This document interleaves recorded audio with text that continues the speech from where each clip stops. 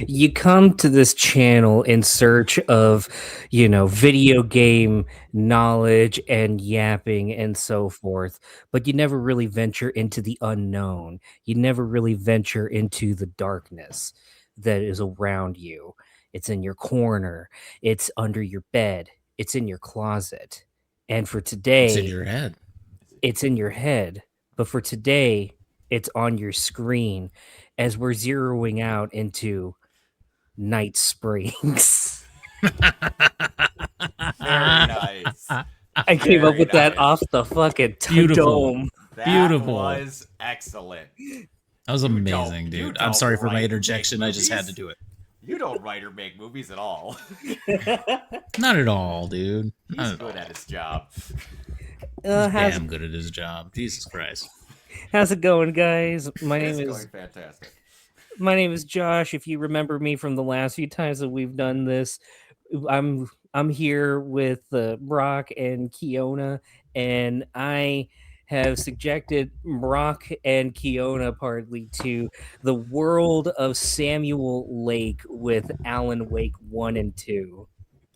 I am here in the dark place, as you can tell from my background. I am here in the dark place because basically I'm the person who did not finish, which is a common problem among men my age, so I've told. And yes, so I am here to just be the dumb one tonight. I will be the person who asks all the stupid questions. Poor Josh is gonna have to put up with this. I'm gonna be like, oh really? So that's there? Okay. Also, I have to eat some crow because now I totally get the live performance at the Game Awards that I did not get the first time I saw it. That is a throwback to when we did that stream. But yes, I didn't get it when I first got it. It was a very odd thing to see out of context. It was. It was. I didn't get the context. Now, having understood the context and gotten the context, I totally love it. It's yeah. Also, I didn't know who the hell the other guy was that came up next to David Harewood. By the way, David Harewood is awesome. Yeah, Great actor. He needs to. But I didn't know who that was until like now I get it in context. So it's like, yeah.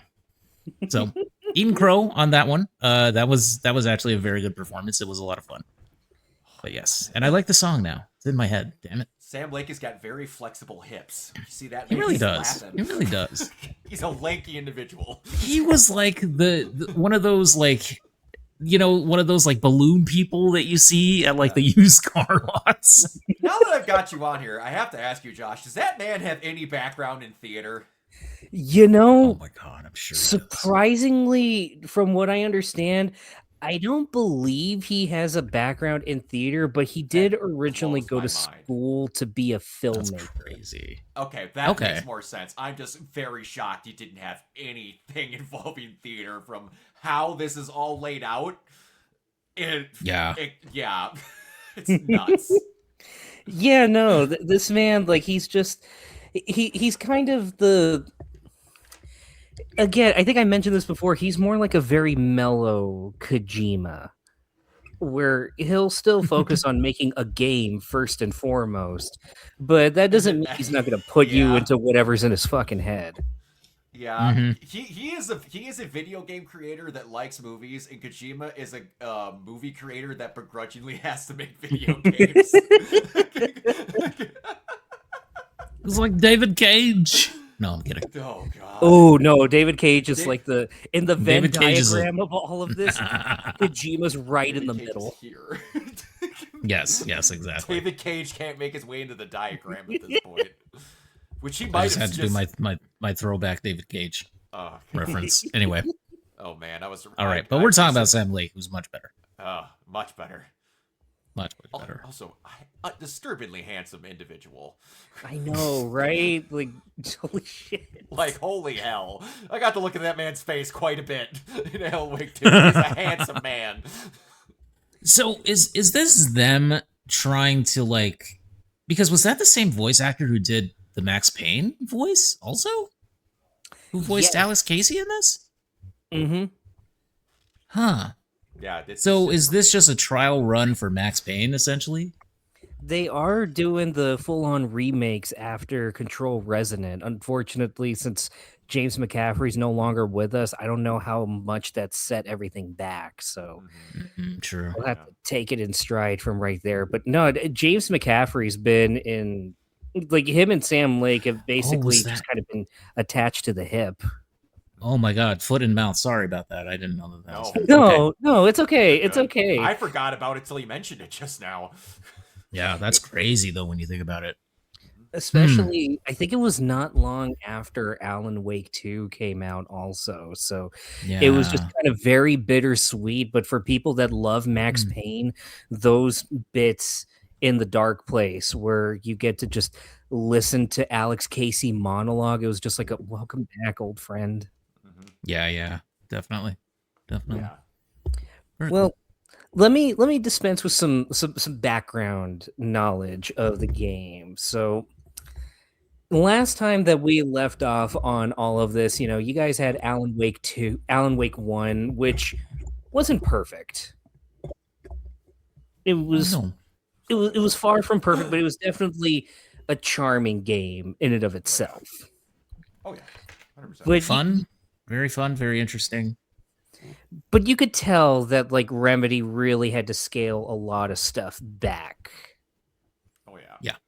And if I remember correctly, I don't remember if I brought it up in the last episode. I'll be real brief here with this, but originally Remedy's whole take on Alan Wake when they were first developing it was going to be an open world survival horror game. I do remember you saying that. Yeah, and they initially, after Alan Wake 1 came out, they tried to get something off the ground, and there's actually a very early demo that you can find it on YouTube that shows what that would have looked like, which was functionally the same, except it was a lot more like bare knuckles in that sense, where you really were just kind of scrounging for survival, but it still played the same. But as the story goes, I believe since Alan Wake was basically kind of a flop when it came out, not that it sold shittily, but it just, compared to everything else that came out in 2010, it was a blip. So Microsoft said, no, we're not taking the chance on Alan Wake 2. You're making Quantum Break instead. And yeah. That sure was a thing that happened. Yeah. Oh, just make a note on that, Kiona. We'll come back to it later. Oh, yes. More. So, but Alan Wake 2 never really left Sam Lake's mind. He loves Alan Wake, and he still did whatever he could to kind of do little bits here and there. And I found this out. I'm going to have to play Quantum Break at some point thanks to a bet from a friend of mine. But there is like a trailer in Quantum Break that actually does feature a detective named Alex Casey and a woman named Saga Anderson as they're drawn to Bright Falls and are investigating the disappearance of a writer. He had the idea from day one. He just never got around to doing it right away because Microsoft. Yeah, never got the chance because Microsoft sucks, unfortunately. Oh, yeah, we had a whole podcast about that, but anyway. I mean, them not actually building upon what they established as a franchise or a possible franchise, never saw that coming. And it's so disheartening, too, because I remember not long after, there was a video from, I think, Remedy and Sam Lake himself that just talked about how disappointing it was. Like, he genuinely looked gutted, saying on camera to the fans that they wanted to start working on Alan Wake 2, but they just couldn't. And it just kind of stayed there in limbo for years until, Control came out. And that ended up being a huge success. And, it's a great game. I personally love it. I think it is one of those games that I I could sink so much time into, but I'm really looking forward to Resonant way more because I know they're going to perfect it. Mm-hmm. Yeah. Resonance Man, the looking game very, was very good. Very interesting. ridiculous. And as a fan of Alan Wake, it was a treat to kind of see little bits of lore dropped in here and there with some of the documents, like talking about how Night Springs was propaganda created by the FBC to make people a little bit more like aware of preternatural happenstances and just little things about Alice and how she was interviewed by the FBC afterwards. Mm-hmm. Mm-hmm. But then there started being little rumblings here and there after the success of Control, where it was looking like, all right, it might be picking up steam. And Sam Lake even did like a weird poem kind of album thing. I'd have to find it, but it was just like these weird little rumblings talking about, Alan Wake. And then, the Alan Wake remaster happened. And from the ashes of everything, they were finally getting ready to gear up and do Alan Wake 2. But the thing is, Microsoft still didn't want to do it after everything with, Quantum Break and Alan Wake 1. They're like, nope, we're not doing that. And they tried to get other people to co-publish with them, and they said no. And that's where, unfortunately, depending on who you talk to, this is both Alan Wake 2's biggest savior and also their biggest anchor. Because Epic Games Mm-hmm. came in and decided, hey, we'll go ahead and we'll co-publish Alan Wake 2 for you so you can get this off the ground. We want to get in on that Control hype. We trust you. The only thing is, it's going to remain an exclusive on digital storefronts on our Epic Game Store and with the other consoles. So as a result, it has never gotten a release on Steam, and that's also why for the longest time it was a digital only game. Yeah, there wasn't a physical release up until, months after. Yeah. So that brings us to over here in the here and now, and it's Alan Wake 2. It's 2023 when it comes out. And, gaming's changed a little bit, but at the same time, so is technology. And as a result, the team at Remedy are able to go ahead and kind of fully realize what they originally wanted to do with Alan Wake, which, again, first game, it's a fun game to play, but it's very much a shooter in the same vein as Max Payne and Control, just, with a little bit of Luigi's Mansion thrown in. It's kind of very much of its time, also. Yeah. Yeah. Like, you really can't get any sort of like gameplay like that nowadays unless it's an indie game, and even then, like, it has to be like on like the Steam storefront or anything like that. So with that change in technology comes a change in gameplay design. So this is where I want to get your guys' perspectives on this, because I still have yet to finish a Resident Evil game. You did. You played Alan Wake 2. I'm gonna be honest with you. Outside of the ghostly visage stuff, this is fucking close. Yeah, it's pretty close. Is it like? Go ahead. Go ahead. Like, I'm telling you right now, go buy. I assume it's still dirt cheap on sale since Requiem's coming out. Go buy Remake 2. I'm telling you right now, your inventory management, even though like the crossbars is identical, this game is essentially if you added spooky spirits and supernatural and then Last of Us and the remake Resident Evils and made them have an orgy. That's basically what this game is. I'm telling you right now, you take out the film stuff, the supernaturally whatever, you're just playing a game that is a mix of The Last of Us and Resident Evil remakes. That's what this is. It is. That's straight up what this is. It even looks like it in a lot of regards. And like the files and looking at everything, how the maps work. The maps in Resident Evil are a little bit more OCD friendly, I'll openly admit. Like, rooms literally change a color when you've gotten all the items in it. But Yeah, that's but pretty yeah, nice, I must say. I'm telling you right now, Josh. This is the next one. If we're going to do what our next game is going to be, I would love for you to do RE2, Mm-hmm. The remake? the remake. I like it. I like it. Because Let's do it. that's a game that would take all of us less time than this Sure.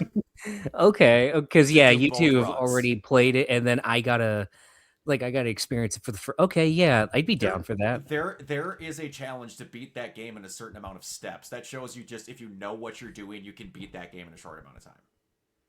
Oh shit. Okay. But yeah, no, this is this Alan Wake is better served as a survival horror game in my opinion. This formula for what this is 1,000 times better than what the first one is. Because this is another version of, well, I take that back. Honestly, this is a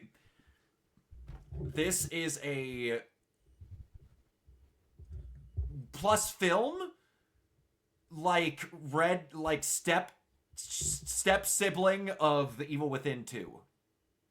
I can see that. Ooh, that's a Because they no. You're play very right. similar. Oh man, I haven't thought about Evil Within 1 or 2 in a hot minute. Evil Within 2 is genuinely, in my opinion, one of the best, well put together and plain survival horror games ever to exist. And then Microsoft. Oh my just god, we told could them do the to Evil fuck off. Within. I would. We could do fucking those love. games if you want. I'd Yeah. be up for doing any of them, but yeah, I got 'em on this PC. plays very similar to the Evil Within 2, but the way it's presented, like look wise and feel wise, feels more like a Resident Evil remake game. Really does, yeah. Ooh, It okay. really Okay. does, honestly. I would agree with that. Yeah. So I'm guessing when it came time to switch up from Alan Wake 1 to Alan Wake 2, because I know there was some time in between when you got into Alan Wake 2, because I think it was on it was on PlayStation Plus last October, right? Mm-hmm. Yep. Pretty So sure. was it just like more intuitive when you guys like jumped into it, like, oh, okay, I feel this off the top of my head, or did it take some getting used to? I felt like the game felt like more like it wanted to be when you were playing it as a survival horror game. Yes. The overly more actiony parts of the first one didn't feel like it fit with the tone of what they were trying to play in the game. Mm-hmm. Mm-hmm. I think too, I think that like my brain sort of changed over the years and probably due to like, the injury things and stuff like that. But I noticed that like when I was playing the first game, it felt oppressive to me this time around as opposed to it did beforehand. When I was younger and I was more like, maybe a little more open to different experiences. So but I think that like for me it felt a little more oppressive. And it was maybe some of that was a little cognitive dissonance there between like having the action heavy gameplay and yet having that cognitive dissonance of like, oh god, this is supposed to be really scary. Mm-hmm. But for some reason it there was like a bit of a disconnect. And I think with this game, even with all the shocking things, like even with all like the like jump scare, like it was just like, well, this is the most scared I've been by a game on stream multiple times because of the random jump ins in oh the yeah, mind place of the like. I am such a bad reactor because this is literally how it went when that first happened to me. So when I'm playing, like when I first fired up the game, right? Because I did play some of the game, I just didn't finish. But when you first fire up the game, then you're into that the situation with Nightingale. That you don't know it's Nightingale yet. And then he's like going around and you're controlling him, you're moving him around the swamp or around the lake area. It's kind of a swampy area. Yeah. And then just like Alan's face, like Scratch's face, just pops out at you. And literally the first time I saw that, I was like, so that's what they're going for. Okay. I got it. I'm right there with you. But no, I'm such a bad reactor. It was like, it was shocking. And I felt a little adrenaline spike, but then I was just like, But it's really good game design. It's really good horror game design. I could feel what they were going for, and I liked it a lot compared to the first game, especially. I think that this one was just more in tune with itself, like Brock was saying, and it feels in line with the original vision. And even though this was a scarier game, like it really was, Yeah. but I didn't feel the oppressive nature with this one. So take that for what you will. But yeah, I mean, I I thought it just worked wonder better. I wonder if that might be because with how the camera was in the first game, Alan Maybe. really did feel small in the world of Smaller Bright back. Falls versus like with this, it's a more traditional third person kind of Mm-hmm. camera. So when you're Saga or when you're Alan, everything just feels like very close up, Do you know even what? though, Do you know yeah. what this feels It's like? It feels like the what? camera switch of the old God of War games to the Norse mythology games. Oh, it does. Oh yeah, you're You can absolutely see right. everything in the old ones, and it just switches to like you're right in the face of everything. Mm-hmm, mm-hmm, mm-hmm. It And yeah. I would also say that this is a fucking gorgeous game. Holy Oh my shit. goodness. It's genuinely one of the most beautiful, most like realistic. There's scenes in it that aren't the like film stuff that just look real. Yeah. Yeah. There's stuff where it's like it's almost imperceptible to see like the change to in-game graphics. That's how good it is. Like Yeah, it's so good. it's fucking gorgeous. Like in the time that you got me the PS5, Brock, Mhm. this was one of the games that I was most looking forward to playing. Nice. And I want to say this is Nice. in the top 7 games for me that felt like, oh, I am in the PlayStation 5. This is Yeah. the current generation of Yeah. gaming. We are peaking right now. Yeah. And Ooh. my mind will still go back to as much as I think like visually, like in terms of that, like I get what you mean by the oppressiveness kind of being gone, but one area Hmm. that it more than makes up for it is just the pure sound design. Yeah. Like, Yeah. Sound design Well, and that's set design are worlds better in this one. that's what I mean when I say like the oppressiveness. I'm not talking about like it in a good way. It's actually a really bad thing for me. Like it didn't work for me in the first game. It was just that constant like wind rushing sound, yeah. and I don't know. I hated that. So like getting to this game where it's actually more atmospheric because you hear less. They do the less is more thing with this game, and I think it works far better. Oh yeah, like the my mind goes back to Cauldron Lake, just going there for the first time, just as it's like, start sun's going down and you're wandering around, you're finding the witch's heart. We'll get into that stuff in just a second, but like you Yeah. go to this little cabin just by this outlook, and that's where I think you get like a note from Alan or something like that. And I remember stopping and I was playing this with Crystal, like kind of watching nearby as she was listening to a video. And then she stopped and went, "What the hell was that?" And I mentioned this like last time that we recorded too, but it's just there was this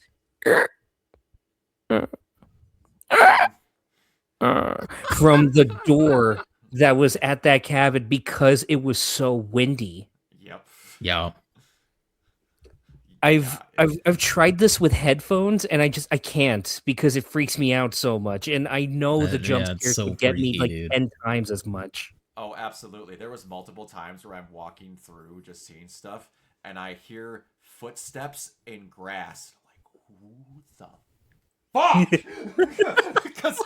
Because it's basically not until you see the thing does the danger music start. So all of Hmm. a sudden I'm walking and then I'll hear a noise crack and I'm like, one of you fuckers is gonna start talking about drinking coffee. Where are you? I know you're there. It keeps you on your toes, and luckily, the game design also like the levels that they have you go to, like they don't feel like so one note. That's one thing I'll give Alan Wake 1 some flack for. I feel like Alan Wake 1 had very repetitive kind of environments. Yeah. Just It did. forest trail, forest Forest trail. trail. This one has cabins. This Yeah. one has a Farm. factory. This one's a This one's got farm. a this one's got open Viking ship. land. Yeah. So with this one, it was a lot more varied in the best way while still being authentically true to Alan Wake, just with again, Cauldron Lake just being back there again, even though it's different, but you could tell what's stayed the same. Coffee World. I did not get to experience That Coffee whole World, Coffee which makes World me was sad. a whole big, good lord. And then, That's insane. everything in the dark side. But I think that's a good thing as any to go ahead and jump into probably one of the biggest changes in this game. And that is the fact that Alan Wake 2 stands for Alan Wake 2 protagonists. It does. It does. Dual protagonist. Yes. Dual protagoni. So as Matt McMuscles always used to say. Dual protagoni. Not even dual, he just our protagoni. Just like, I can't get that out of my head. Yes. I love it. If you could believe it, Saga Anderson has been kind of a contentious topic in some circles of the Alan Wake fandom. Why would that be? I wonder why. Literally, when the game was announced and they showed off Saga, I made this joke offhand, thinking in my head, oh, this is stupid. Nobody's actually going to talk about it like this because it's Remedy. Everybody trusts Remedy. Remedy's fucking great. Yeah. But, it's just like Alan Wake, more like Alan Woke. Am I right? Jesus. Oh, God. I saw wasn't that it coming. shown off at the Game Awards? A Game Awards we watched together, wasn't it? Yes. That's what I thought. Because the very first scene was Saga walking into the cabin when that one cult member burst through the wall, right? Mm-hmm. Yeah. That's what I thought, yeah. Ugh. Scared the fuck out of me in gameplay, too. Don't worry. Scared the ever-living fuck out of me. I anticipated it, too. Just like, oh, I know this shit's coming. Oh, it didn't come right there. Fuck you. Damn it. Dude, I played that, and you know what my reaction was? I'm a horrible reactor. I just went, oh, I remember you. It's like, and the big part of it, if you can believe it or not, is actually like the fault inadvertently of Quantum Break. Okay. I know nothing about Quantum Break other than an Ashmore twin is in it, so Yeah, I know it's Sean. It's the same one that's in this, so yeah. Yeah. Okay, so literally there were some people that were complaining about the fact that Saga is black because of the fact that in the Quantum Break trailer Easter egg, it was a blonde-haired white woman. Oh my God. Dear God. Oh dear. And they made it seem fest. like they made it seem like Sam Lake got woke and disrespected the sanctity of the Alan Wake continuity. Correct me if I'm wrong, because of isn't she that. the only, I'm having trouble thinking of another main Remedy character that's black.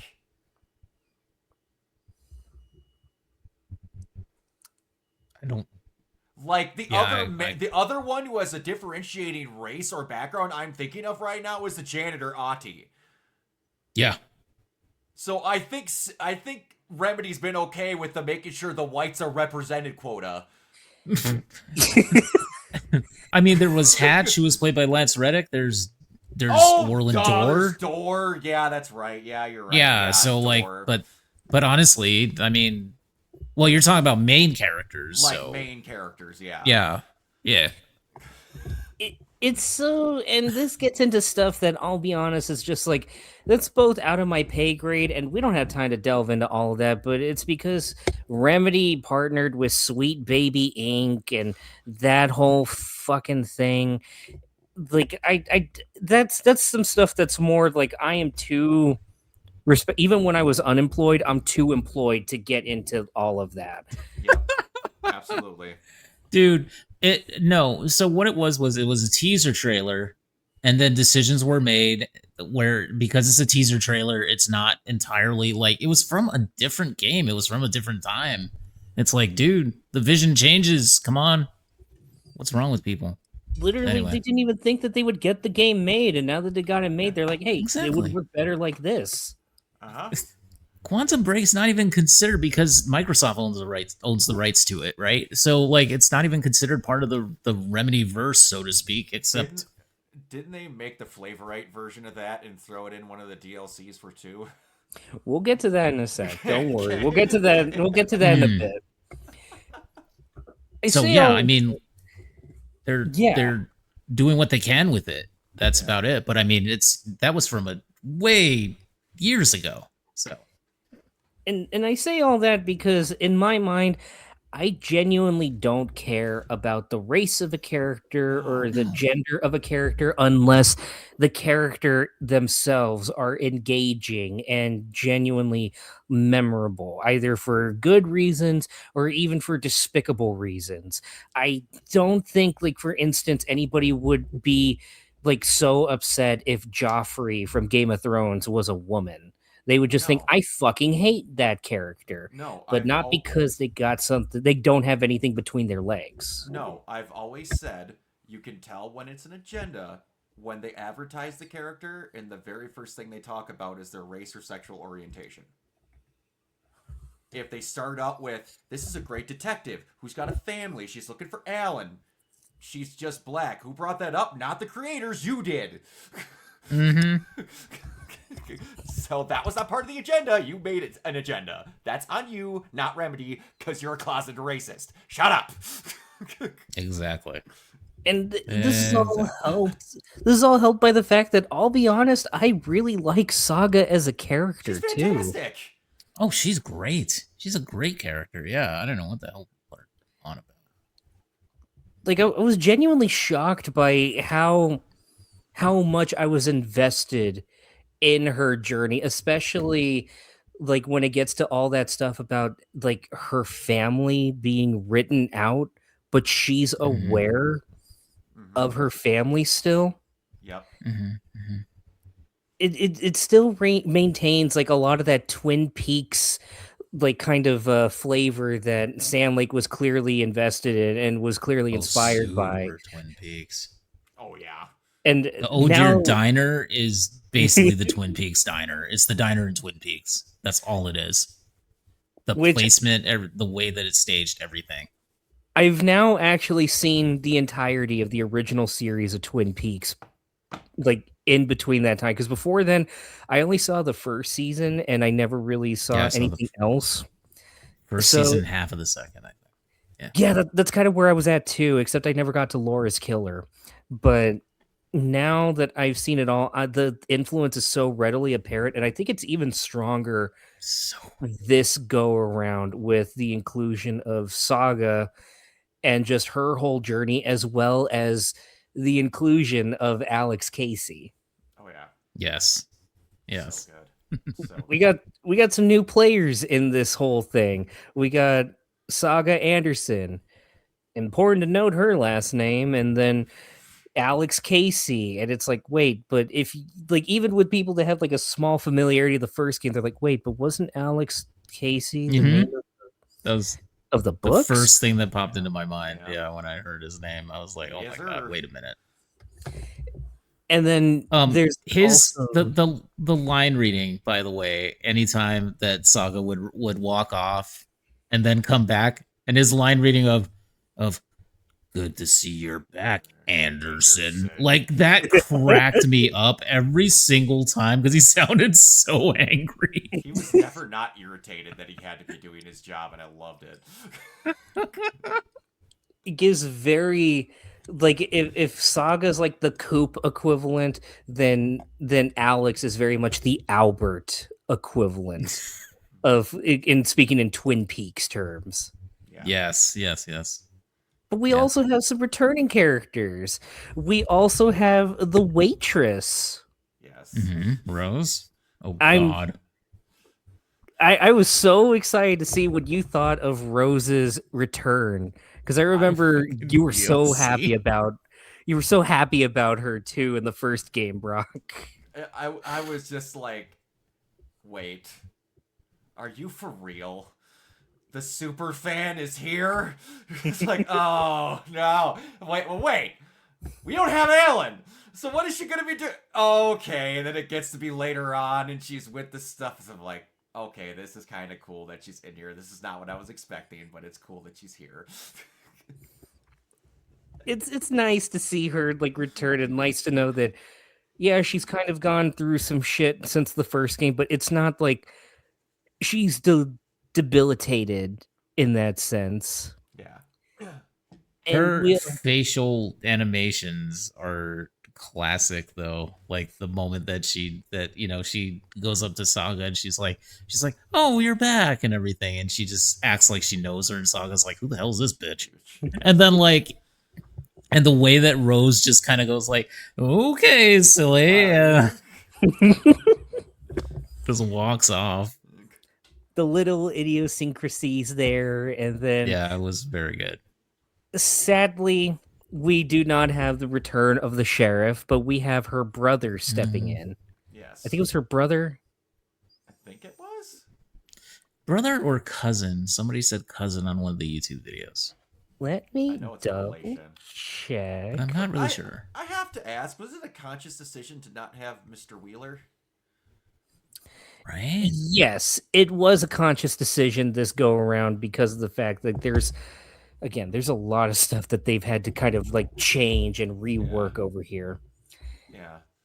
which sadly See, my big knock in this whole game, no Barry.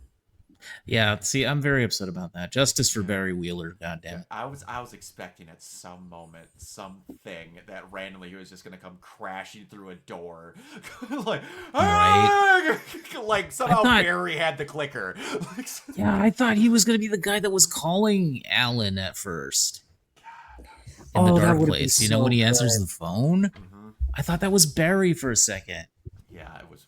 I was just like, and it didn't hit me till the game was over. I'm like, what the fuck? Barry wasn't here.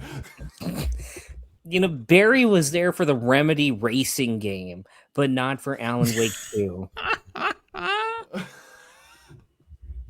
Man, We do get some Unjust. people like kind of as like a nice palate cleanser too. I mean, we do have a new FBC agent, Estevez, I think was her name. Estevez. Beautiful Estevez, girl. yeah. And we also have Mr. Door. Mr. Door. Love him. Mr. Door. Warland Door. What a name. Warland Door.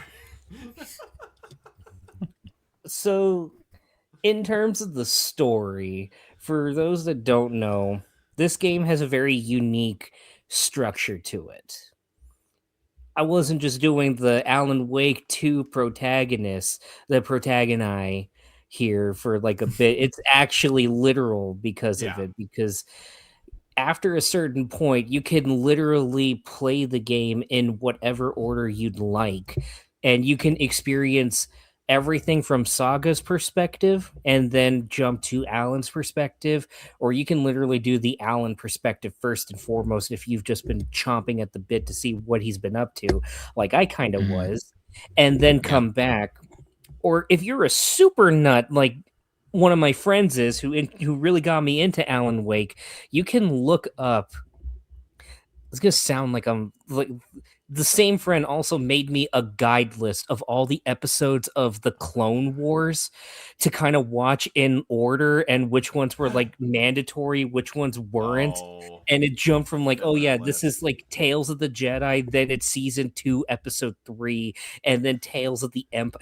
There is a list out Very there nice. if you Very really nice. want to get granular about it that shows a breakdown of which chapters to play. Got it. But Okay. I don't think you have to go that deep into it to enjoy the story. No. Mhm. So you got Saga, who is in Bright Falls investigating, and then she discovers Alan Wake, and it turns into a whole thing where it's like, where the hell have you been? And everything kind of unravels from there. But at the same time, you play as Alan Wake in the dark place where he's still been all this time.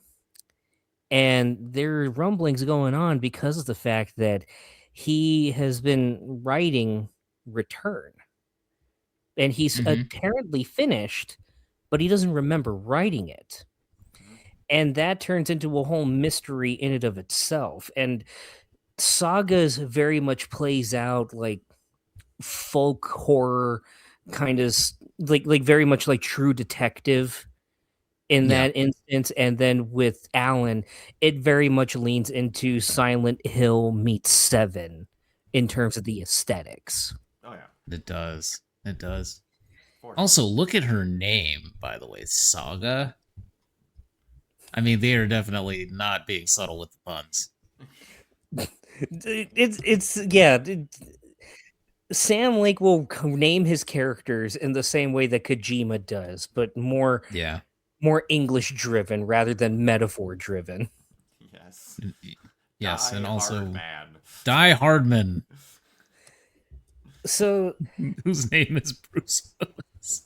with that said, I'd like to hear, like, at least with where up to where you got to, and respectfully, Kiona, but I'd like to hear your kind of play by play in your own words, Brock and Kiona, of how the story kind of went for you. And if there's any questions, I am here. I am your guide on the river Styx.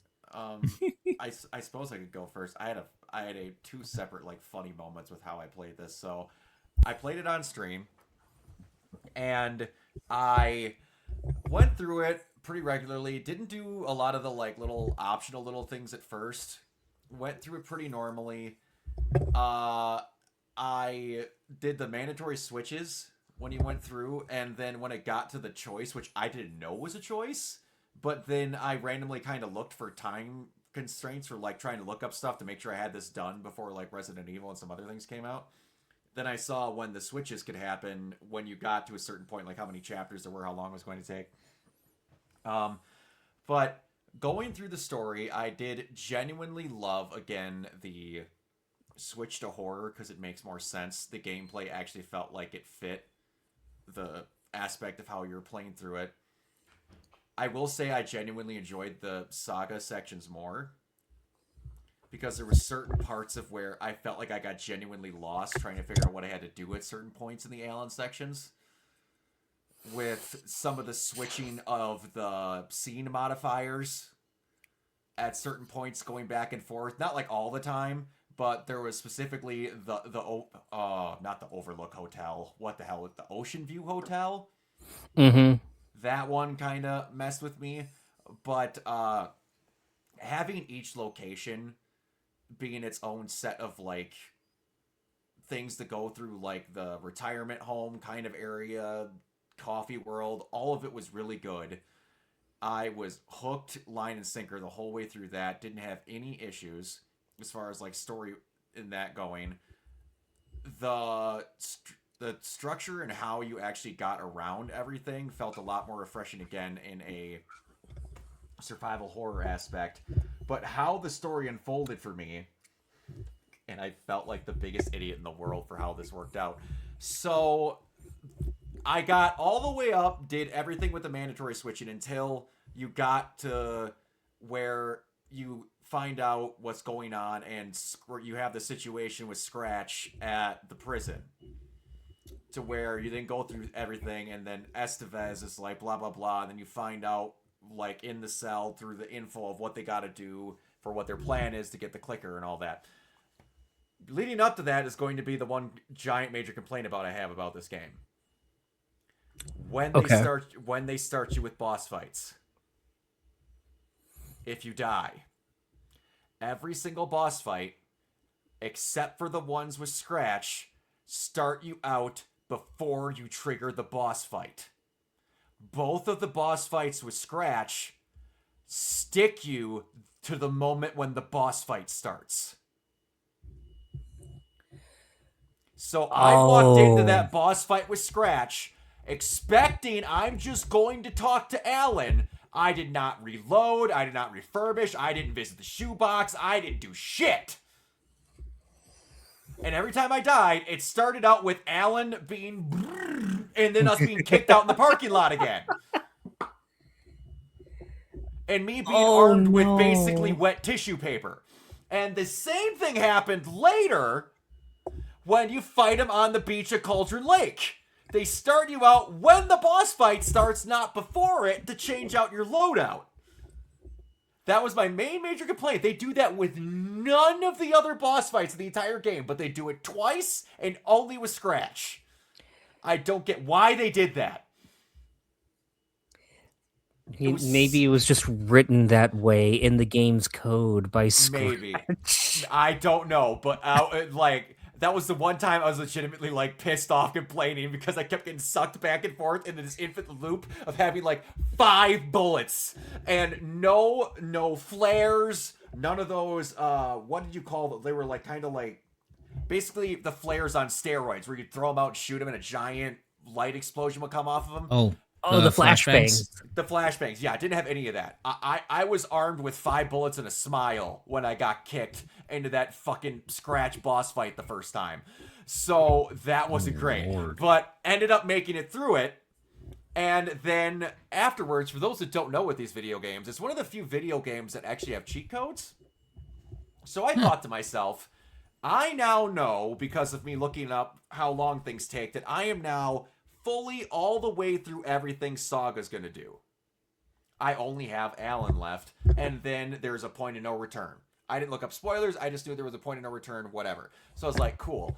To save myself time, I'm going to turn on the one-hit kill, unlimited ammo, and you can't die. So I could just run around the map and like do 2 hours maybe and just clean up all of the stuff. I got all the freaking cult chests, I got all of the little like side things, I got everything. I was loaded to take on 5 nations' armies by the time I got back from the point of no return.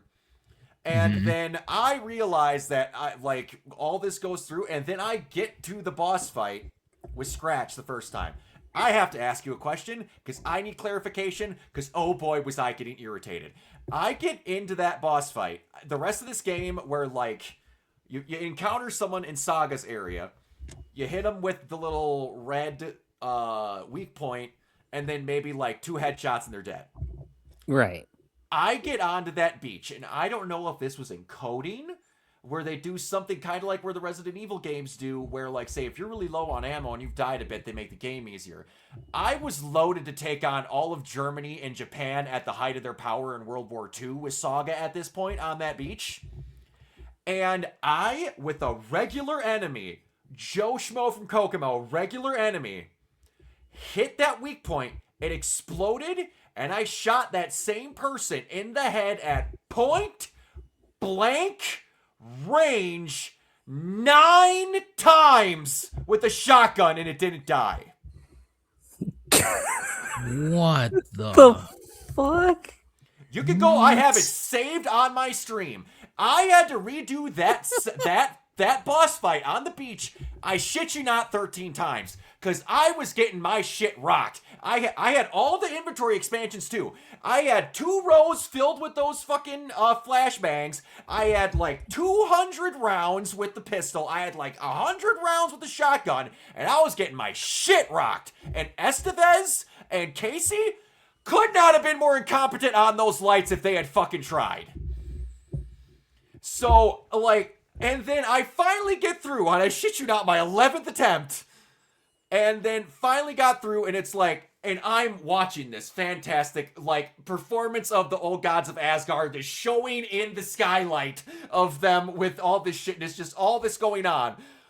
But I'm screaming because they went from regular ads to the fucking juggernaut for no reason, and I could not figure out why. And like the nut who's the Remedy guy who's watching me is like, yeah, they don't change the difficulty normally. I don't know why it's doing that. I don't know, man. But besides that, the only other time I had trouble, and I don't know if this is on me or I was not catching it, there's that section where the Herald of Darkness plays, and you're supposed to follow streetlights, if I remember correctly, in the area to get around where you're supposed to go. My brain didn't even clock there were streetlights there. So I'm wandering for like 20 minutes. New Gods of Heads. And the Herald of Darkness just keeps going on a loop. And I'm like, thank God this song's a fucking banger because I don't know what I'm doing. Are you talking about the one scene where it's like it's telling you to go round and around and around and around, like that one area with like the brick walls? Where you're in a fake version of the outside of Alan's apartment. Yeah. Yeah. I had no fucking idea what I was doing. Yeah, oh my god, yes. I know. But yeah, other than that, levels were great. The atmosphere was awesome. I don't know exactly how to describe it. The almost ethereal see-through look of the enemies where you had to shine a light to see if they were actually, like, doable. But the fact that you could still get approached and, like, the shit scared out of you by the non-combatant ones and they would still talk with you, that was fantastic. Yeah. The very obvious nods to Max Payne, where you've got after you think Casey's been, like, killed on your end, and you have to, like, line up I don't even exactly know what this mechanic is called, but you have to, like, line up your flashlight to get the echo thing. The echo thing right, and you've got Casey, like, lighting up a cigarette where his shadow's just embossed on a brick wall, doing, like, the best voice acting you've ever heard, investigating a murder scene, and, like... The fucking scene with Alan and forgetting the writer's ego, the alter ego. Oh, Thomas Zane. Tom Zane. The fucking scene with them in the hotel room, both of them, was just ridiculous. In the best way possible. It was just ridiculous. Oh man, yeah. It was, but so I get through all of this. All of Alan's sections, great. You having to figure out the murder scenes, other than me getting lost a little bit. Other than that, it was great. I liked that you had to figure out murder scenes, like you said, in 7 and doing some stuff like that. Sagas, the run and gun. I get all of this done, and I remind you that I had that. I ran out of space in the shoebox with Saga for the amount of shit that I had. I ran out of space in the shoebox, and I ran out of space on me with all of the inventory unlocked. I beat that section. Saga gets chucked in the lake with all of my weapons, and I'm having a visible fucking freak out because I've now been changed over to Alan in real time, and I'm like, I can't go get ammo. I just took everything and gave it to that black woman that just got thrown into the other dimension. I just threw every speck of ammo that exists in Bright Falls and Cauldron Lake and just threw it into the dark place. I'm like, are you fucking... What? That cannot... No, you cannot tell me you just allowed me to do that. No! And then I find out I never get to use any of that ammo for the rest of the fucking game because the rest of the scenes are only Alan, and they give you like 10 shots and you maybe kill 5 things for the rest of the game after that scene. So I went and picked up all that shit and maybe used a tenth of it. Which is not a bad thing. I was just so expecting to use all of this and I never did. Oh, that's so fucking funny because I imagine because when Alan comes, because spoiler alert, Kiona, Alan makes his way back to the real world, and it's kind of I saw all the spoilerific videos and stuff, so I prepared for this. Yes, go ahead. And it's great too because you get back and Alan's just like, I'm back here again, and then you're making your way back up and you're making your way to like the car where Saga was, like how you guys got into Cauldron Lake, and the whole time that you're running up the hill, call it a Kate Bush song because you're running up that hill, and then the whole time it's also playing the stinger that would play when the enemies would show up in Alan Wake 1. But now you're wiser. You have your experience with the gameplay, so now they just aren't shit, and you're just. No, they aren't. And you know what adds on to that? Remember how I told you it took like a small army worth of shots to take down one enemy when I was doing that beach scene?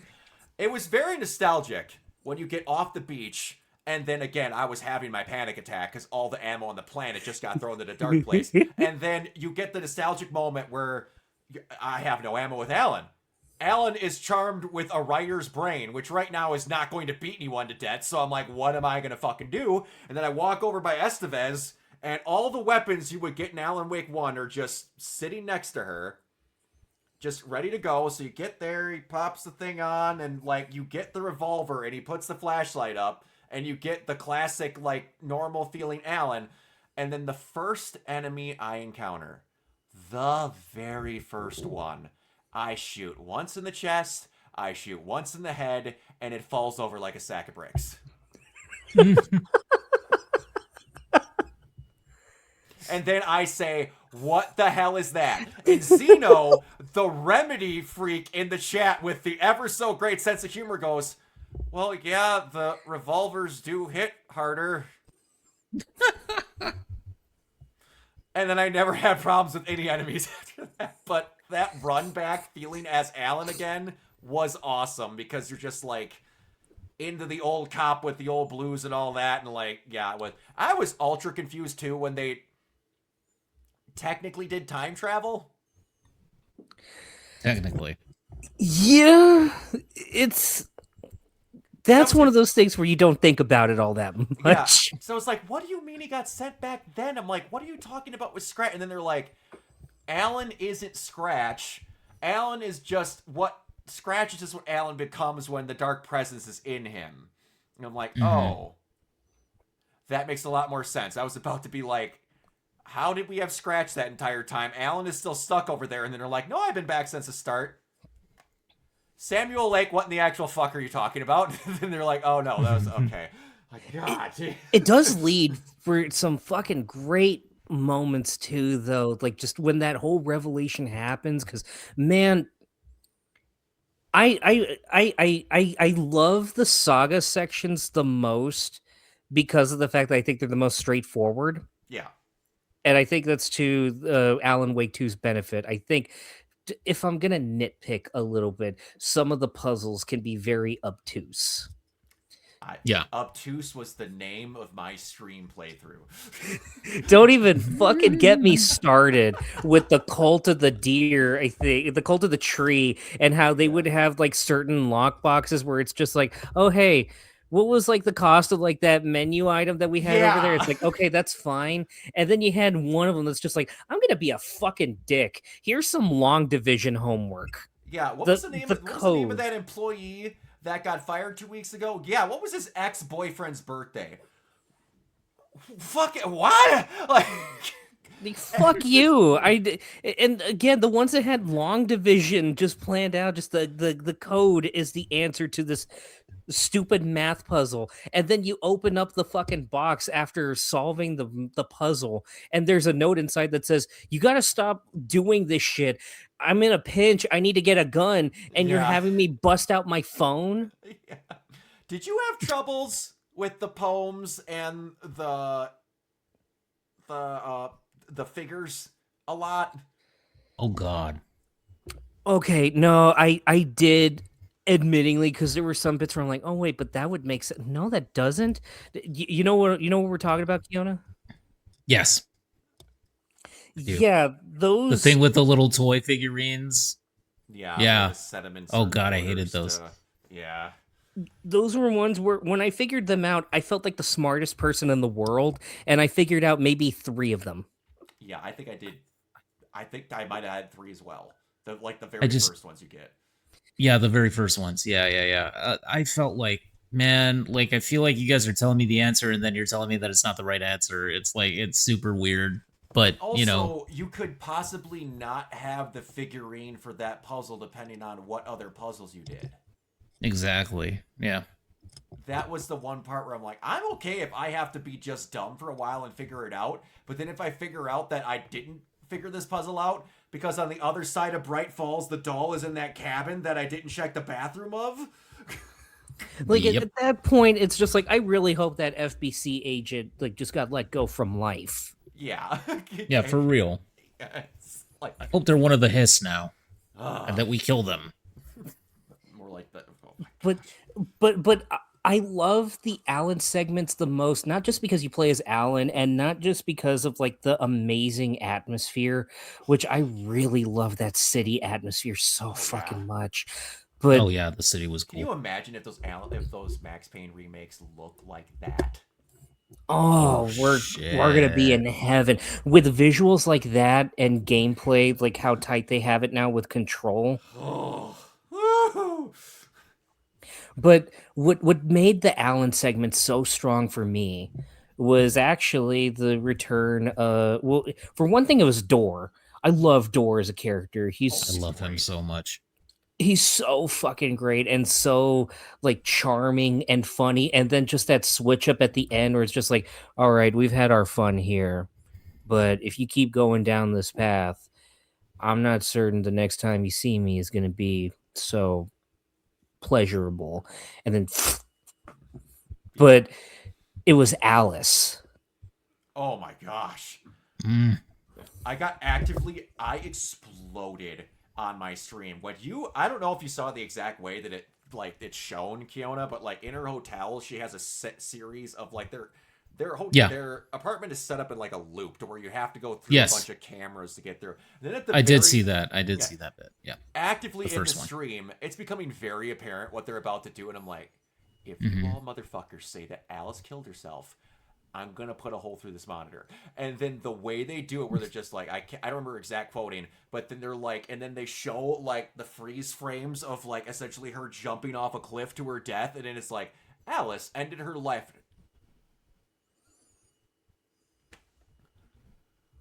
And there's no music.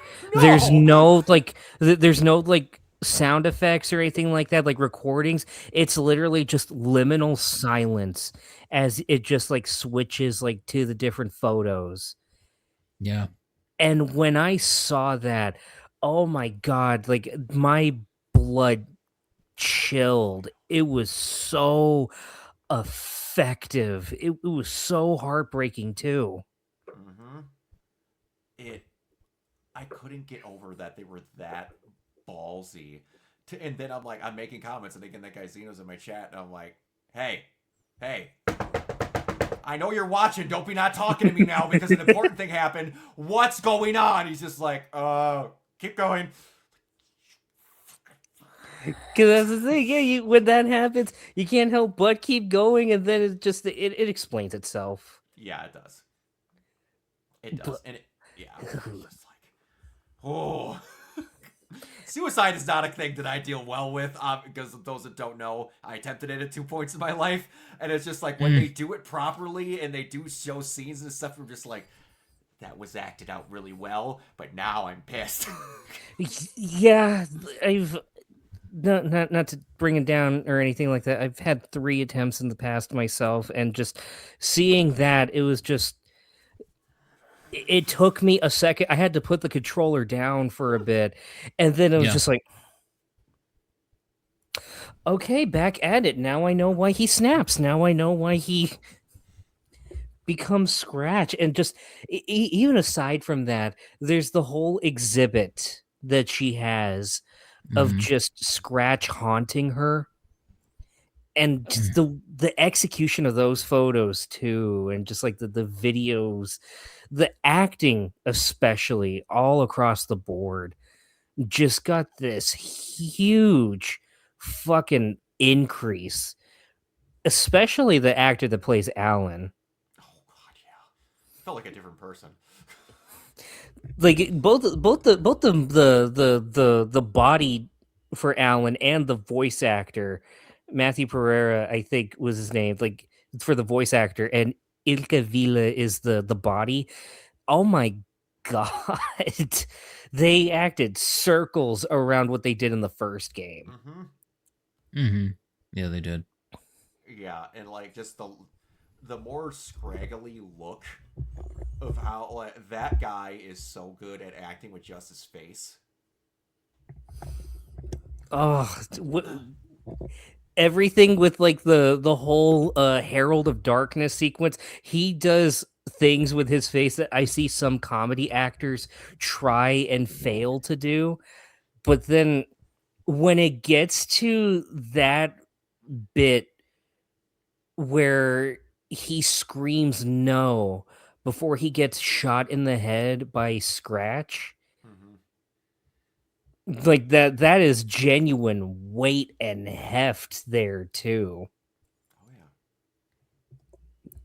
Now, before we get to the expansions, which is kind of like the last bit here with it, I have a hot take, and I don't know if you're like if the person that you said was watching like the stream, if they'll watch the video once it's all uploaded. And Either I don't way, I'm gonna know, do the expansion at some point, so I'll ask him about it. if it's kind of a hot take in the Remedy verse, or with especially with Alan Wake fans. I do have to Hmm. ask, of the two songs that were performed, I know, Keanu, you really only heard one of them with Herald of Darkness.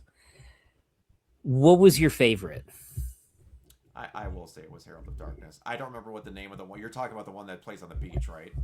Yes. Yeah, both of them were great, but Herald of Darkness is just a fucking like again. I was in that scene for 20 to 25 minutes and I was singing with it the entire time, not getting sick of it.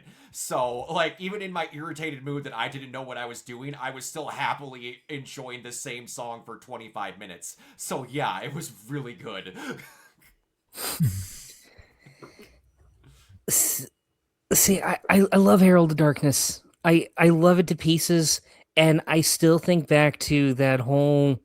I still think back to when it was being performed at the Game when it was being Awards. performed at the Game Awards, and I was just thinking, this is great. I love seeing stuff like this when it's done in like on a live stage. It shows like a genuine appreciation for the art form of gaming. And then, we had the most recent Game Awards, and it's just like, oh, okay. Got it. Yeah, we're getting high guard. I'm not beating a dead horse or anything. I'm just. There's some detail. Remind me to think about a thing that I just learned about it that I believe why it was at the end of it because there was a detail that possibly only Jeff knew about that wasn't made public with the rest of the high card Interesting stuff. But go ahead. Okay. Ooh. I'm Okay, actually I'm gonna gonna write get it at down that. because I might forget this fact. I just learned about it during the Castle Super Beast podcast. But go ahead, keep talking. But for me, like just emotionally, because at that point I got so wrapped up in the characters, I fucking adored Anger's Remorse, which I think was it was that, and then Dark Ocean Summoning. That's what it was at the Dark beach. Ocean Dark Summon, Ocean yes. Summoning. Oh my I Just did listen to that before we oh, did the podcast, by so the way. good. it's So so good. good. And then when you make your way there, and then because again, spoiler alert with all this, you fight Scratch on the beach. That's where Brock had the whole thing happen. But Mhm. Yes. the whole time as you're making your way down, the old gods of Asgard, because they very nearly got split up in the worst way, which, man, I That think whole this retirement Mhm. home arc thing was awesome. that was awesome, and that was probably the darkest bit in the whole game. Yeah. Like that also has my favorite boss fight in the whole game. The The one in Cynthia, the very in the basement where she's throwing the shadows at you. like Mhm. that, and then when you're finding, because if I remember correctly, I think it was Tor. He's kind of sequestered Yes. Yes. away, Yeah. like Yeah. when It's you go Tor. through like the portal, and then Yep. it turns out that Cynthia Weaver from the first game succumbed to the darkness, Mm-hmm. Mm. and Yeah. you're being haunted by her the whole time in the retirement home. And then it gets to that bit where it's almost like this underground sewer almost, and there's water everywhere, Yeah. and Tor is just kind of losing his mind, and he's starting to succumb to the darkness, and you got to kill Cynthia. But the whole time you have to make your way really quickly through the water, because if you stay there for too long, she'll come up and rock your shit. Yeah. That was my favorite boss battle in the whole game. Every time that I died, and I died, I want to say like 6 times, I was just dreading it. And I hadn't felt that until Silent Hill F, where I was just a pure horror, like, oh God, please, no, I don't want to go back. Just let me kill them. But after all of that, you make your way back to Cauldron Lake for the finale of it all. And the old gods of Asgard are busting ass down the hill, crashing into trees. It's a miracle they don't fucking die. They're so old. That And whole then gate of all them getting to the beach, Anderson, all them, all talking the whole time is fantastic. It's one of the best parts in the whole game, and it's you just walking. yeah, and then you make it there, and then to go ahead and open the portal in Cauldron Lake, it's a spot of pure creation. So what they do is they perform dark ocean summoning there, and you got the old gods of Asgard performing live for a select audience there, and you see them projected over the fucking lake, and Yeah. all the while it's blasting as So you're good. fighting Scratch. And just at that point, I'm so invested too, because I don't know if you saw this in the spoiler stuff. Mhm. Saga is related to the old gods of Asgard. Yes, she is. Yeah. But there is a question about who the father is, Yep. Yeah. which theories are abound with that. Yes. Doors are open, one might say. Doors are definitely one important door was open. Yes. Yes. That's okay, that's awful. Yeah, but hey, speaking of those two, I don't know if I just didn't catch it or if the game didn't mention it. So it's Tor and what's the other brother's name? Odin. Yeah. Odin. Is it Odin? Okay. Mm-hmm. Those two openly go into Cauldron Lake into the dark place to go and get Saga. You never see them in the dark place, and you don't see them when you come back out. Did I miss that? Or So they do show up in the dark place. where? So that's the thing. I have a vivid memory of seeing them like when I first played the game, but I think it's also a thing that they added on just kind of later on as well. Yeah, and I see it right here in the final draft. You do see them in the dark place once Saga crosses over. Okay. In the final draft. And before in the original version, in the we'll call it the rough draft. In the rough draft, they walk into the lake. They're just like, I'm gonna go. We're gonna go. We're gonna go say hi to Tom. Okay, so you only see them walk in the original, but you see them in the dark place in the final draft only. I think so. Yeah. That would explain why I didn't see them. Because I did not play the final draft. I wanted to get done this first. That would explain why I didn't see them. I was kind of confused. That makes a little bit more sense. That would have been confusing for real, though. Yeah. Yeah, because the main thing is like, yeah, we're going to go get Saga. Tell Tom we said hey. And then he just saunter into the freaking lake. Like, nothing's happening. I'm like, where are you going? You two freaking geriatric fucks are going to die. Like, what are we doing? Yeah, no, they go in just like, yeah, we're gonna go say hi to Tom, and that's how they always refer to Alan and all that, and that don't even think about how Tom is also Tom, and just it's Kingdom Hearts for Twin Peaks fans. That's a hell of Kingdom a statement. Peaks. Kingdom Twin Hearts. Twin Hearts. But Kingdom yeah, Hearts for Twin Peaks fans. That might be the most statements I've ever heard in my life. I think that's so accurate, honestly. Goodness. Looking back at these two games. it is, and yeah, they go ahead and like when it comes to this, yeah, they just it's just an experience is what it is, and luckily It is indeed. it's a party that keeps on going, baby, because thanks to all of this, Alan Wake 2 was successful, and Sam just did not want to let go of Alan Wake 2 just yet. So that's where the 2 expansions come in. And I won't get into too much detail with these because he did say you're going to go ahead and play them at some point. Yeah. I'm for sure playing the Control one. Which one? Isn't there the one where you go as Ramirez and figure out, like, this? Because there's one that's, like, 3 small episodes, and then isn't there just one that's specifically the old house or the lake house or whatever? Yes. That one. I'm for sure playing that one. I'm likely playing both, but I'm for sure playing that one.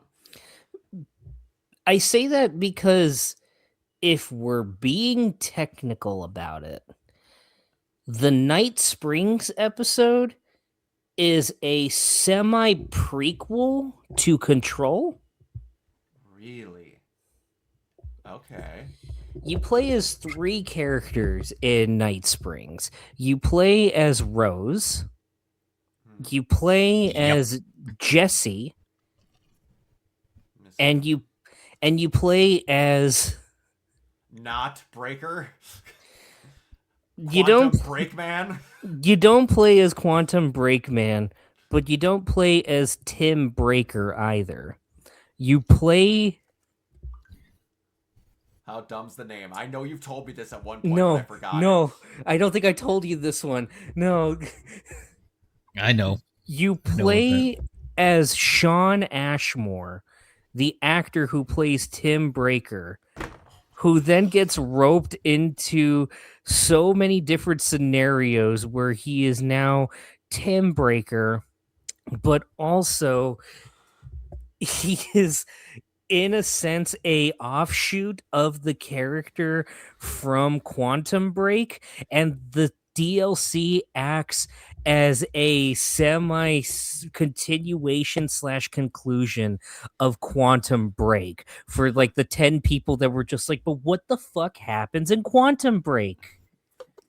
You play as the actor. You Mhm. play as the The actor. unbearable weight of Massive Break. You play as the actor as he is being directed by Sam Lake Oh himself. my gosh. And they even went so far when it came to the fucking what's it called? They even went so far when it came to like the marketing for Night Springs that Remedy actually changed its logo and its name for that whole month when they were getting everything ready for it. Oh my gosh. What I actually have to pull this up over here.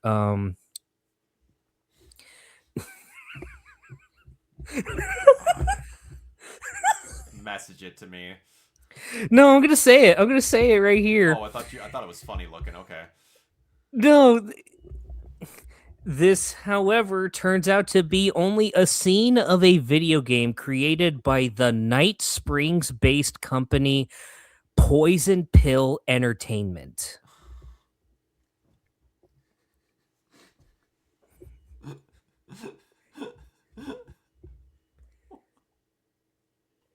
Poison Pill Entertainment. Entertainment.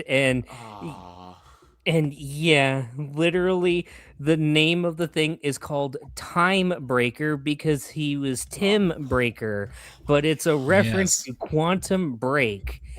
And this even brings up another thing too, which I know that had things worked out, they probably would have done it too.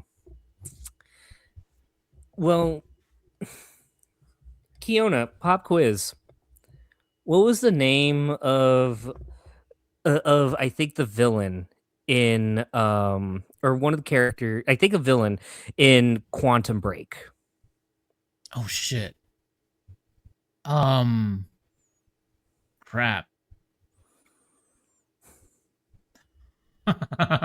Wait a minute. It it wasn't Hatch, was it? It was Hatch. It was Hatch. Okay. And our character in Alan Wake 2 is Mr. Door. Door. And Hatch. Door. So open a door and open a hatch. If I remember correctly, because do you remember who plays Hatch in Quantum Break? I do believe it's the late great Lance Reddick. Mm-hmm. Would he have possibly have played Mr. Door?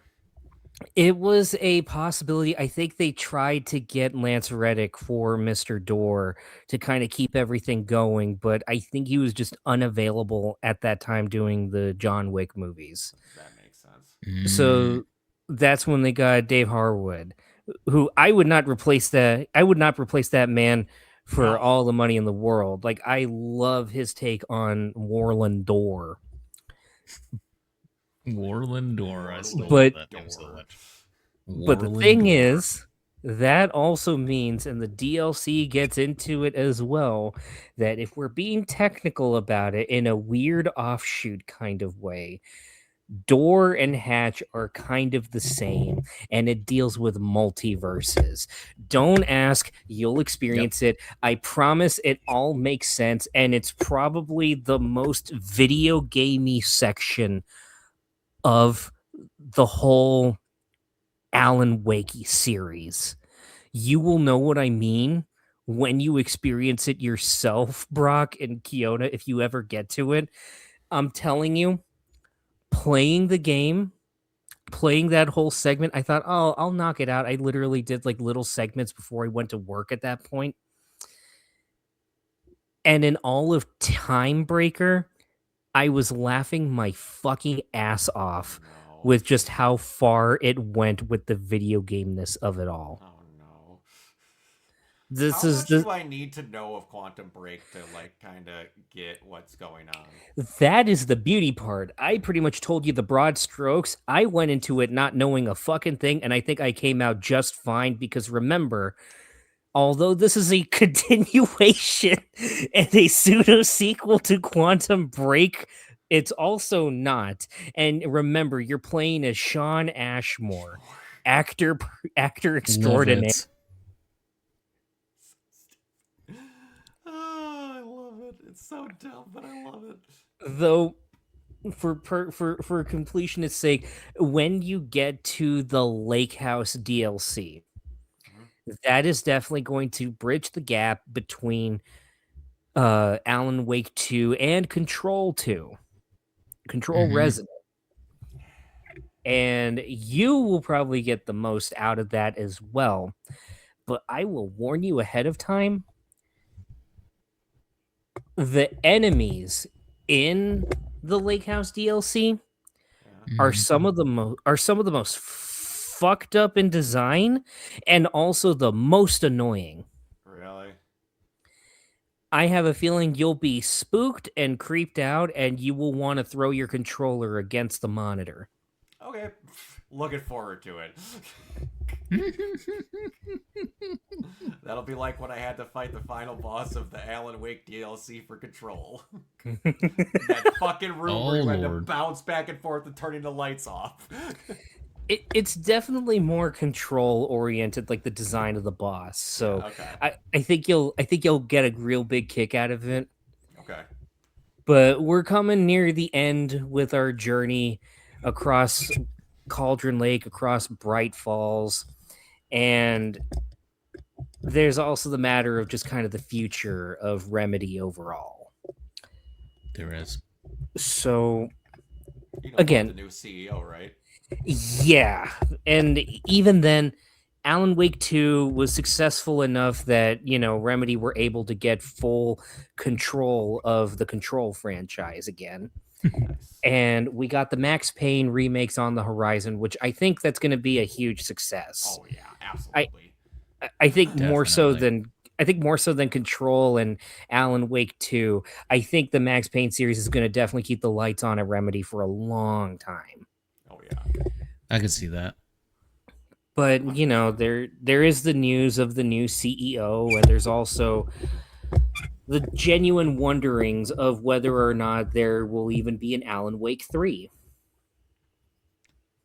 Well, I mean, I assume that Control Resident is going to sell fucking gangbusters. And I mean, if you do, if Resident and the remakes of Max Payne are successful, it may not come out instantly, but you can't tell me that they're not going to slow roll and possibly do smart ways of spending to make sure that Alan Wake 3 comes out at some point, even though if it may take forever. Do you think that it would be do you think like there's enough there to do a third game? I mean, what other than all of them making it out of that room, what else changes about the end of Alan Wake 2? So I never really beat it all the way through on final draft, but I did see like kind of the biggest differences of them all when it came to that. And there's a few things there.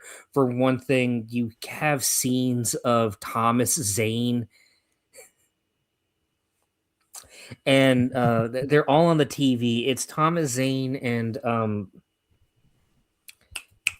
oh god damn it, what the fuck is the name of the scientist in Control?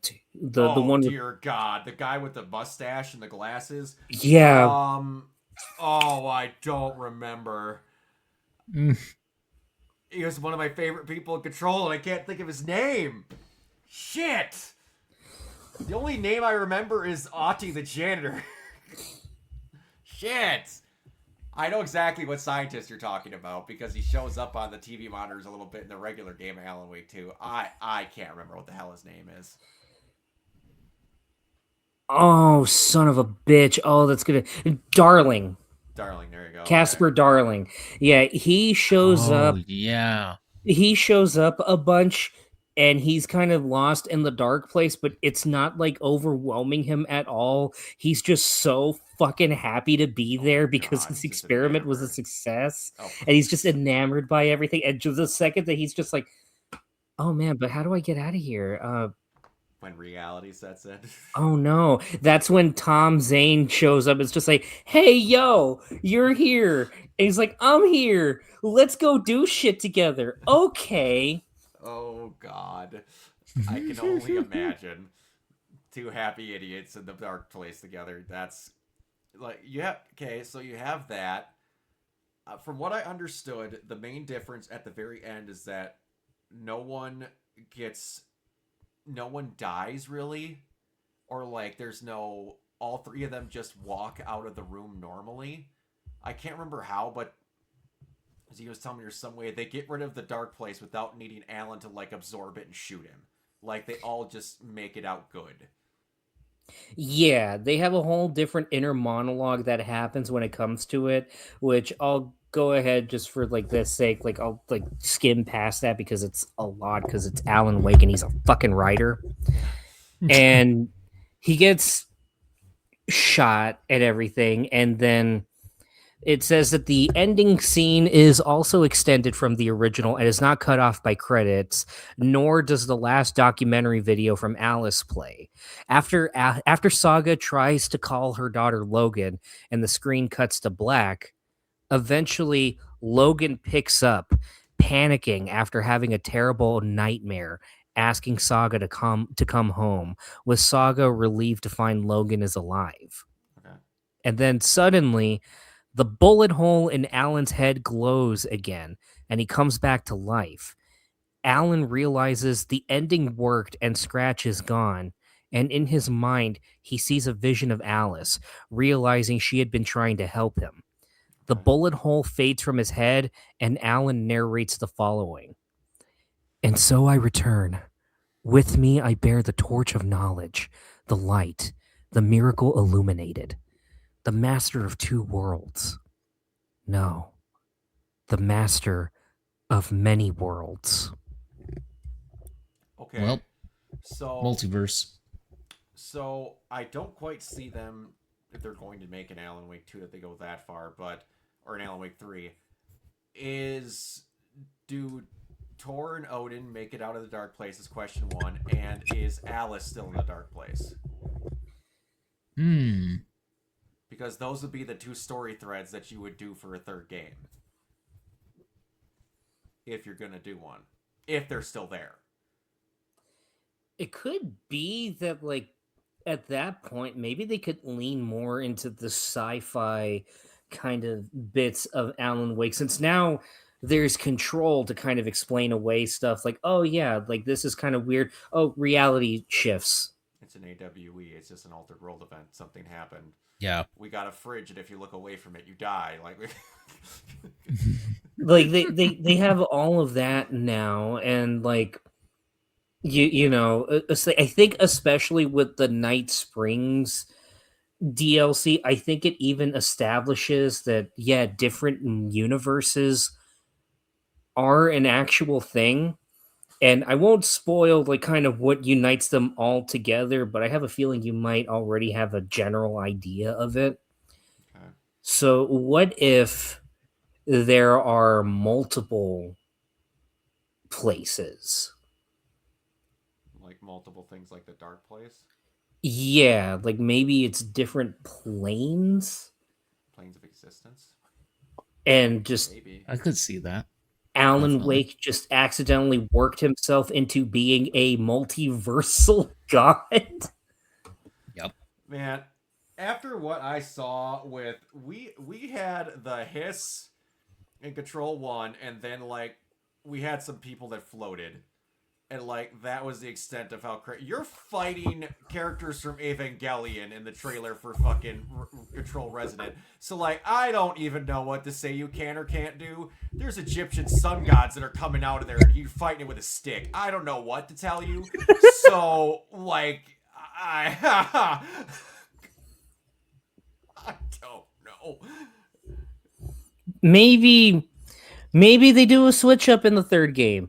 Alan Wake 3, three protagonists. You got Saga, you got Alan, And Barry and Wheeler. this is how we get Barry Wheeler back. That's what I'm saying. There you go. You throw That's Barry what we Wheeler need. into the Control universe, and that's his section. Oh no.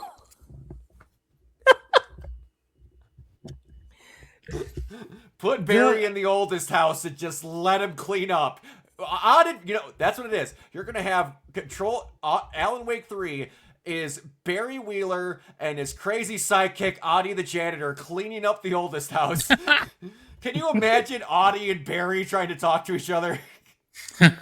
Oh my god, the comedic gold. Sam, we're right here. Let us write with you. We know what to do. I don't need a lot, man. Just a couple $100 for each idea. I'll give you like 5 and just slap my name in the credits, and you will be eternally grateful. Scan my name over some random guy that they have to solve in a murder scene. That's all I want. Just let me do one of those TikToks of you drinking coffee, Sam, and we'll call it even. There you go. Exactly. There you go. Yeah, at this point, because correct me if I'm wrong, it's multiverse already. Because wasn't the shit? If I'm remembering this wrong, wasn't the main thing that starts Control that an AWE was a door that someone opened that let the hiss in? Yeah. Right? I'm remembering that correctly. Isn't it something that Jesse and Dylan were involved with? There was a town where that door opened. Yeah, that's what happened. So I mean, where did the hiss come from? And where and where does Max Payne fit into all of this, Sam? I'm betting that somehow Max Payne is too normal and Max Payne is going to be a TV drama that you play at some point. Like, I don't know what else they could do with that, because the craziest thing you have in Max Payne 2 in Max Payne is bullet time. And a section with a crying baby that I hope to God they fix to be better playable in those fucking remakes. Oh, man. Oh. Does anybody remember the blood trails of the crying baby? That was a fun time that didn't cause me to push a hole in some drywall. I was unfortunate with Max Payne 1. I still need to play Max Payne 2, but I was unfortunate with Max Payne 1 because I played it on the Xbox. That was the original time I played. Oh Lord.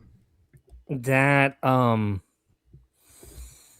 you know, I played Max Payne 3. I love that to pieces, and I'm just like, yo, let me get Max Payne 1. I begged my parents for $10 so that way I could use their credit card. I bought it. I downloaded it on my fucking hard drive because I was scared to download stuff, but I thought, you know what? Let me make this my first digital game that I buy. And I swear to God, they regretted it when I just kept screaming the whole damn game because of how ungodly hard that fucking thing is. that first, I died multiple times within like a couple of the first sections where you just walk down the steps into the subway. I died multiple times. The subway, the bank, the mansion, the Resident Evil mansion. Don't even What get a me mansion! started on the helicopter boss fight. That game is a treat. It's a great game, but oh boy. It's fucking hard. And there was a difficulty settings, ladies and gentlemen. You just played the game. Mm-hmm. But on that note, I think we have come to the end of our journey, and it has been full of epic highs and epic lows across all across the board. Yeah. It was a game. I will gladly admit I'm happy that I played it. It's probably a thing I would not have played in the first place if it was not for Josh. So I'm very glad that you recommended me because I do enjoy it. It gets that little survival horror if itchy glitch that goes in my brain that I like to have every now and then. So it's nice. It's Does just, indeed. I hope they don't, if they make a third one, they don't be like, now this one doesn't play like the other two. No, make it play like two again. Just iron it out. Yeah. Just iron it out. You've got a great framework Great here. base. Absolutely. It's And amazing. and hopefully the new CEO that they have isn't going to run Remedy into the ground. I really hope not. That's my biggest fear. We'll see. Like Oh no. I hear No, that like the main reason why he was hired is so that way they could kind of try to make a bigger push in like in different markets, like international markets, like especially with like I think the Japanese markets, which I'm surprised wasn't already prevalent to begin with, Especially with Control. especially with Control, and also even to an extent Alan Wake, because I'm pretty sure Twin Peaks was huge in Japan. I did not know that. Oh, it was insane. They had David Lynch direct coffee commercials for Really? them. It's set in the Twin Peaks universe. That's awesome. They of course. held funerals for Laura Palmer. Wow. Okay. Wow.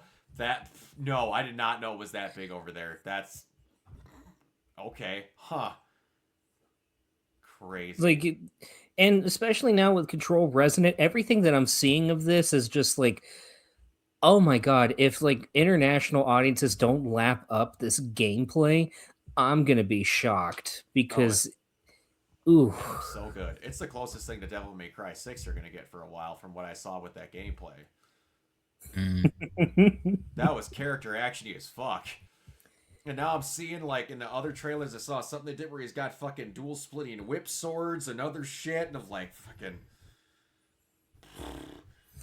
I'm just imagining Sam Lake just going like, I have the power of God and anime on my side. Now imagine if they make Control 3 and you switch between the play styles of Dylan and Jesse, where you go from stick to gun.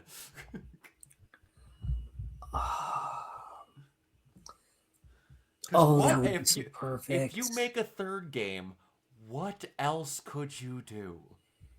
Or Weapon wise, you have you gun make it, and stick. or you make it co-op. Maybe you have the run and gun gunner and the all in your face melee person. Can you imagine spiking someone up with the melee and then someone just lighting them up with gunshots? Oh, that would be so fucking good. Though I'm gonna love Control Resonant. I know that for a fact.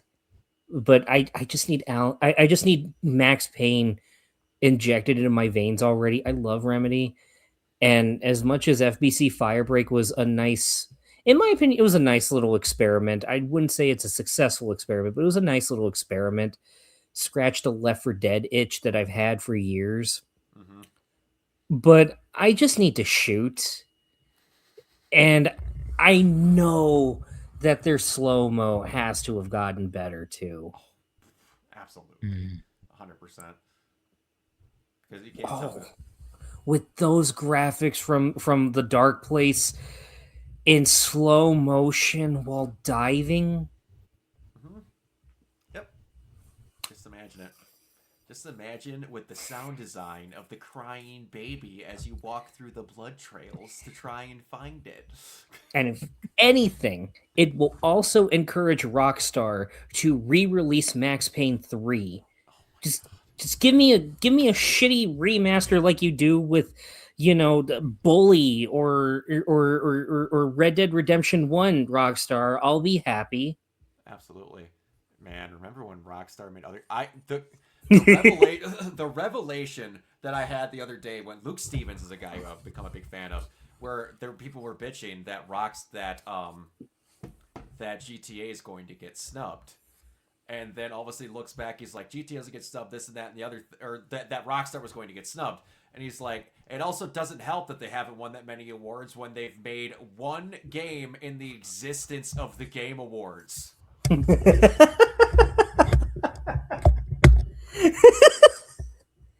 It was Red Dead 2. Now, like, if you go back to the Spike, VGAs, and whatever that stuff before it became actually the Game Awards, like, I believe San Andreas won an award back then, the other stuff, but the Game Awards, Red Dead Redemption 2 was the only game that they put out in the existence of the entire event.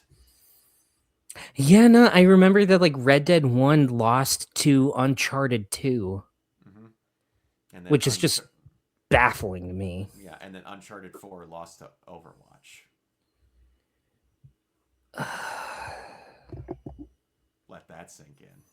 Oh, don't even get me started on Overwatch. Okay, on that note, get out of here. I'm about to go to a dark place right now with this. But that about does it. It's been a great journey, and you know what? If it comes down to it later on in the future, yeah, I am genuinely down for like the RE remake, the RE2 remake to be one of the ones. I do want to do something with Kiona at some point because like I mentioned in the pre-game of this all, I have unfinished business because I bought MGS Delta, but I also bought a sequel to one of the first things that we talked about when we first started doing podcasting together. Oh. I finally bought Final Fantasy VII Rebirth. Oh shit. All right. I haven't started it because I was originally planning to play through 7 Remake again, this time on the PS5, and then do intermission, but that was taking forever. And then I got to the sewer mission, the sewer chapter, and I remembered, oh, I fucking hate this chapter. So I just skipped straight to intermission, and then after I do that, I'm deleting Remake and I'm going to start Rebirth. All right. That's going to be... It's going to be a long time in the future, though, because how long is Rebirth? It's very long, especially if you try to do everything. Yeah. Okay, so we'll see it around this time. Our next thing to do off screen. Yeah, we'll touch that after the next decade. Yeah, because quite possibly the next thing we're probably going to talk about is Control Resonant. Ooh, yeah. Because that's going to be this year, actually. True. That's crazy. Good point. All right. Yeah. Josh, where can everybody find you?